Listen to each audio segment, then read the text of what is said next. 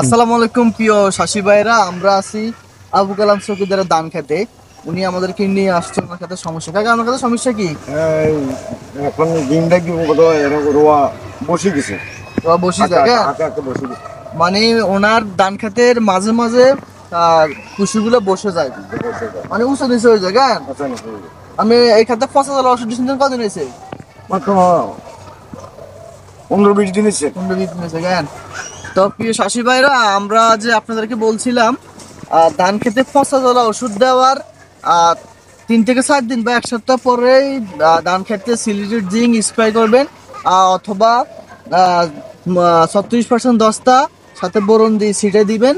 তো এই কাজটা আমাদের আবু কালাম শহীদের করে নাই। তো এই জন্য ওনার খেতটা পচা জলা গেছে, কিন্তু ওনার ওই মানে কুশি এখনো অনেকগুলো লাল আছে, বা আপনার ওই ধান গাছ কিছু বসে গেছে।